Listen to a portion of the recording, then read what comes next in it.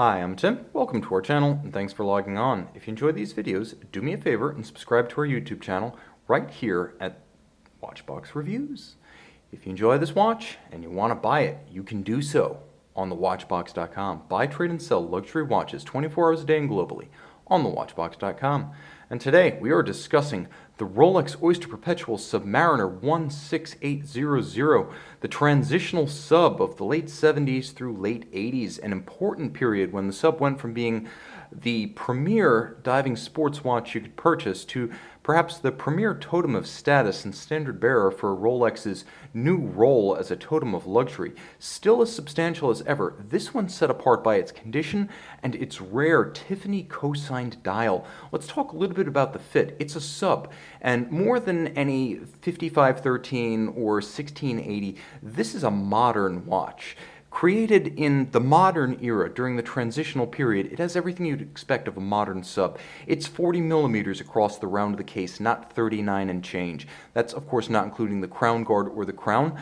The watch is reasonably slim at 12.6 millimeters, the same as a modern Submariner, so you will be able to fit it underneath a cuff or a formal sleeve. It works well for that.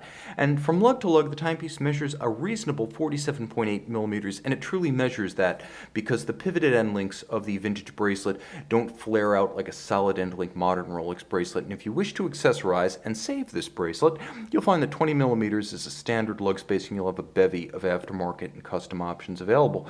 Now the watch does feature a 3-link Oyster bracelet.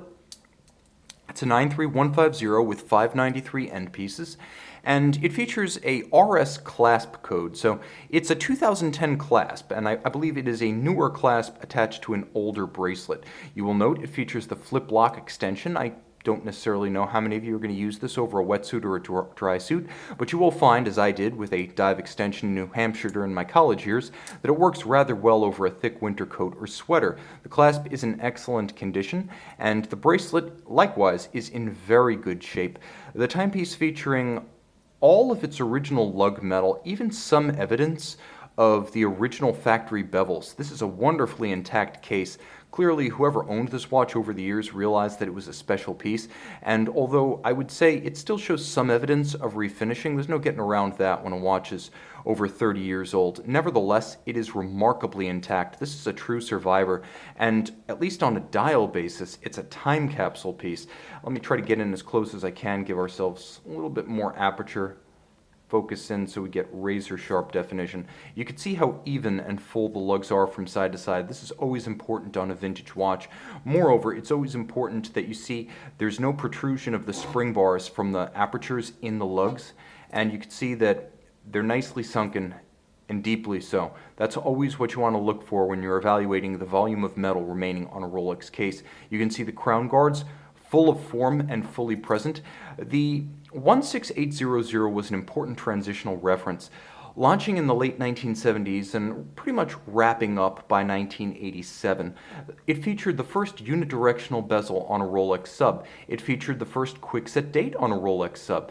It was the first across-the-board 300-meter water-resistant Rolex sub. It was the first Rolex sub in general production to feature a sapphire crystal.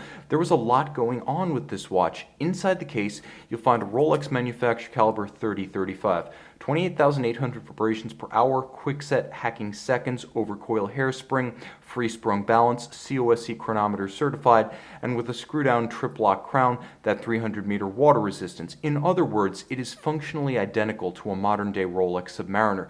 This is not a watch that needs to be babied like a delicate flower, though, given the Tiffany signature on its original Rolex gloss white gold tritium dial, you're going to want to take care of this watch. Now, full disclosure, there is a replacement bezel insert on the pioneering unidirectional rotating bezel.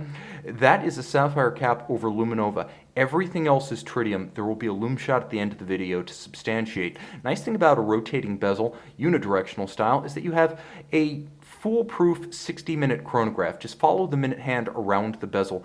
Far easier to read minutes off of that scale, whether you're diving or simply timing billable hours, than if you're looking at the chronograph minute scale of a Rolex Daytona. This is my favorite chronograph, a good dive bezel. Okay, the Tiffany signature. Why is that important? Because from the 1950s through the early 1990s, Tiffany & Co. of New York was a major Rolex retailer, and of course, there is a long-standing tradition of co-signing Rolex dials with the Tiffany logo. Here's the problem. By the early 1990s, Rolex was tired of Tiffany doing this. Tiffany does it in-house, or at least did do it in-house.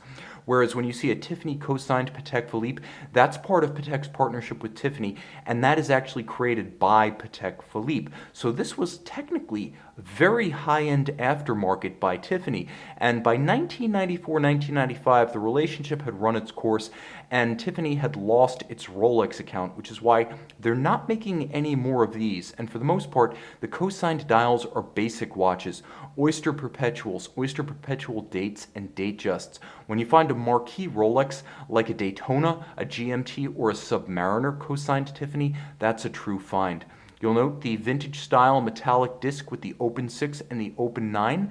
The timepiece effectively ready to wear like a modern Rolex. It can still be water sealed to meet its 300-meter rated resistance. So built during the 1980s, this is one you can still wear and enjoy. It has an 8.5 million serial number, so it's effectively as old as I am, 1984, my birth year, and the birth year for this Rolex Submariner.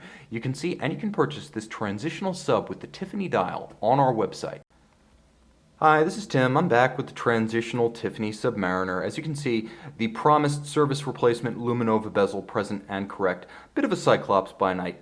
It all comes back together by day. See it and own it on our website.